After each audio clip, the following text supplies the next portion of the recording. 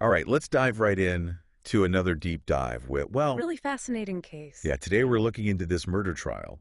Andre McDonald, an Air Force major, he was accused of killing his wife, And drained. Andrain. Yeah, she was a successful businesswoman. And um, what makes this case even more interesting is that we're going to be using a unique source for this one, Yeah. a behind-the-scenes conversation with producers Producers, yeah. from a 48 hours episode about the trial. So That's cool. really interesting stuff. And um, just to set the stage, so Andreen went missing back in 2019. Mm-hmm. And at the time, investigators, they didn't have much to go on. There wasn't a whole lot of evidence that pointed to murder. Right. But then a local farmer, Wow. he makes a discovery. He finds Andreen's remains.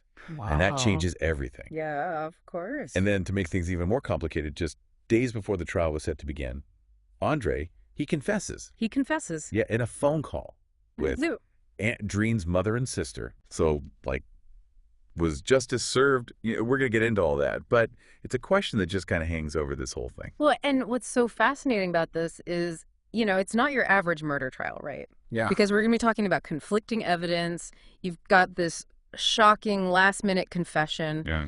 And a verdict that left so many people just scratching their heads, like, did justice really prevail here? Yeah. This is one of those cases that really just stays with you. Right. It really makes you think about domestic violence, the justice system, how all of that works or doesn't work. Yeah, and even with this confession, right, the prosecution still presented their case.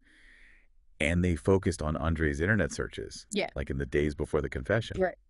So I'm wondering, why do you think they did that? That's a good question. Like, if someone admits they did it, isn't that kind of the end of it? Well, not really. I mean, in this case, it really seems like the prosecution, they were trying to establish premeditation. Right, which basically means that, he was planning, he was plotting this crime. And it's a big deal when it comes to deciding how severe the charges should be. I see. So that's what they meant when they kept saying degree and level of responsibility. Exactly. So they weren't trying to prove that, he didn't do it. It was more like how he did it. Exactly. They wanted to make sure the jury knew that this wasn't just a crime of passion. Right. That this was calculated, This was planned out. Yeah, that makes sense. And the prosecution, they also brought up this really weird thing. Andre went to the hospital, right? Okay. To check on Andreen. Okay. She often suffered from migraines. Right. So when he got there, he found out that there was another woman in the room. Another woman? Yeah, and she had the same last name. Oh, wow. That's wild. Really strange. And they had this surveillance footage of his reaction, and he just kind of, like, shrugs and makes this gesture. What kind of gesture? Some people described it as, like, a shucks kind of movement. Interesting. They really made it seem like a big deal. So is a simple gesture really that important in a murder trial? Body language is a really powerful thing, Yeah. especially when you're talking about, high pressure situations like this. Sure. And you got to remember at this point, Andre, he hadn't confessed yet. Right. So investigators, they were looking at everything he did, everything he said super carefully. I see. And so this shucks gesture, it could mean a lot of things. Like what? Like surprise, maybe even relief that his wife wasn't actually there, Uh-huh. And it just kind of adds to this idea that maybe Andre knew more than he was letting on at that early stage. Yeah, and what about the fact that they had the same last name?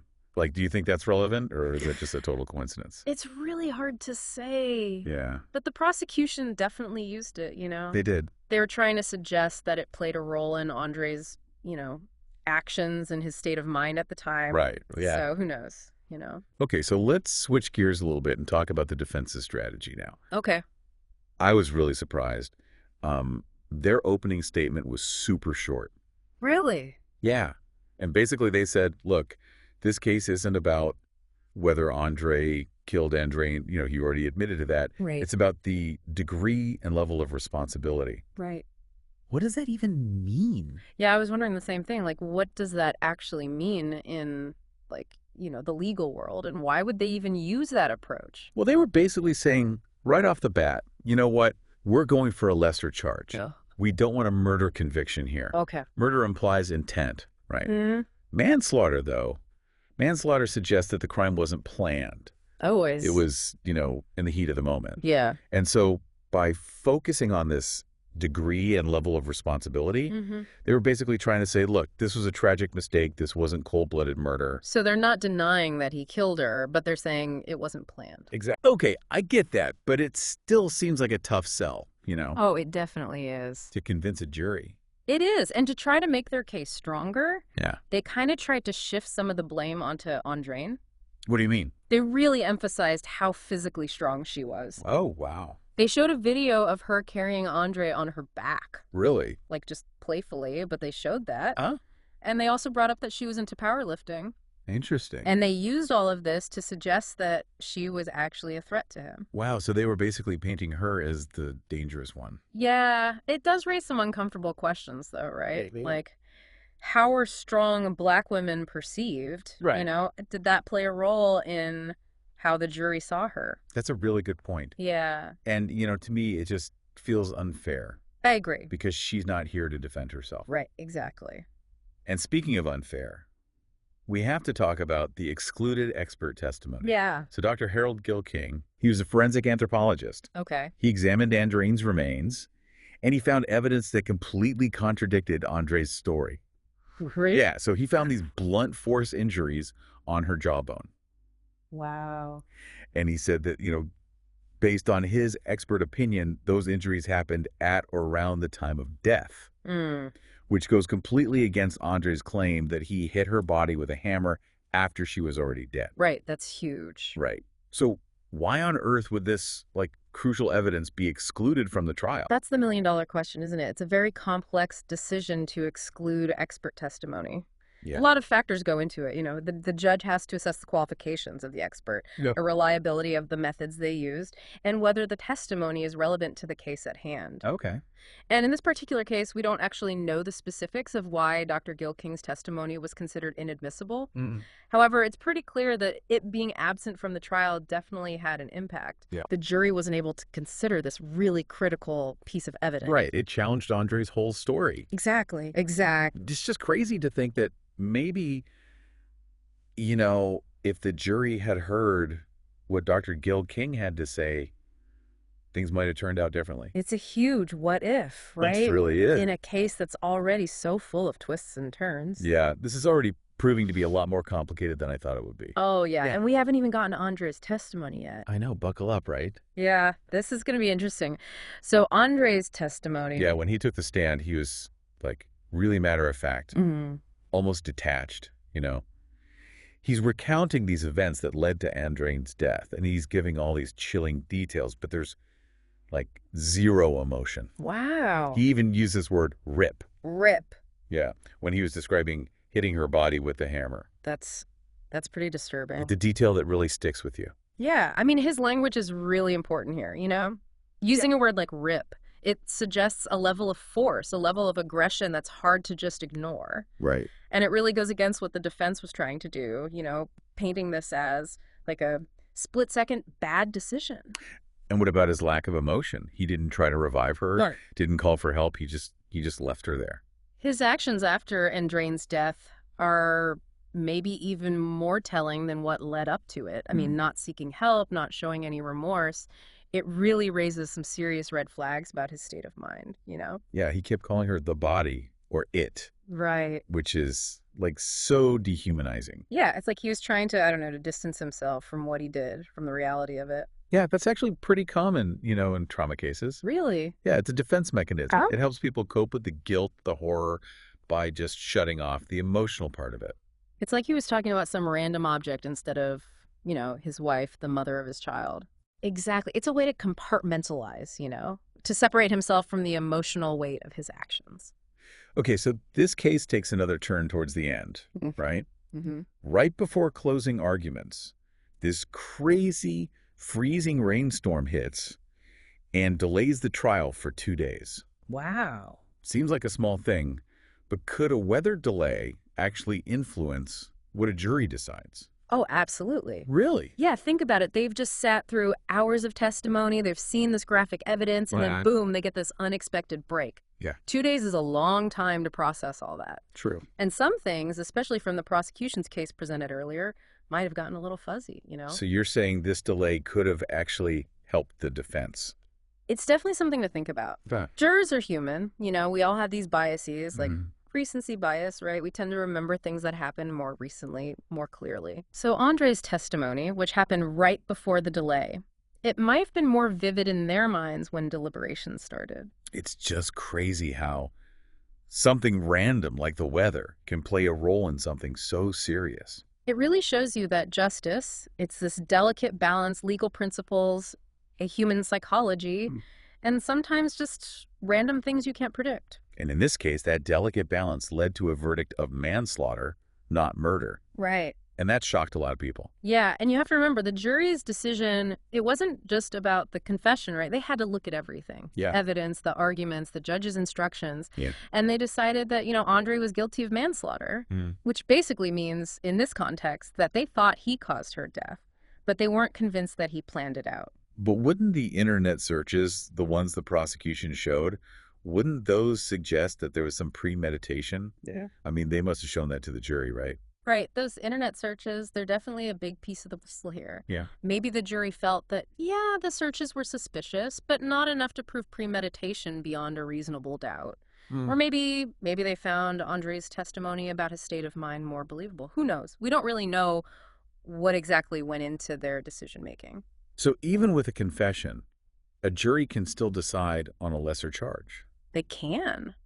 That's kind of surprising. It is. It really shows you how complex the legal system is. Yeah. A confession doesn't automatically mean a guilty verdict on the most serious charge, Right. The jury, they have to look at everything and decide based on the charges and what the standard of proof is for each charge. That's a lot to process. It is. I'm starting to see why so many people were surprised by the verdict. But what about Andrain's family? I can't imagine how they must have felt. They were devastated, but they showed so much strength and compassion, Yeah. During the sentencing, Andrine's father, he gave this incredibly powerful victim impact statement. He spoke directly to Andre. Wow. And he talked about forgiveness and love. It was a really emotional moment in the courtroom. I read about that. It must have been so hard for him to say those words, knowing that his daughter's gone and the man who killed her is right there. It must have been incredibly difficult. Yeah. But it was also really powerful. It kind of transcended the legal stuff, It reminded everyone that this wasn't just about laws. It was about real people, real families. Right. Whose lives were forever changed by this terrible act of violence. Did Andre say anything back to Andrine's father? He did. He did. Yeah, he was visibly emotional. He started crying when Andrine's father was speaking. It was a big change from how he acted during the trial, and it made people wonder, was it real remorse or was he just overwhelmed by the situation? It's hard to know what was going on in his head at that point. It is, but it was a really intense moment. It showed how complicated human emotions can be, even in the face of something so horrible. Yeah, so ultimately, Andre gets sentenced to 20 years, but he could be out in as little as 6.5 years with time served. Right. I can't imagine that sat well with Andrine's family. Yeah, they weren't happy about it. A lot of people in the community weren't either.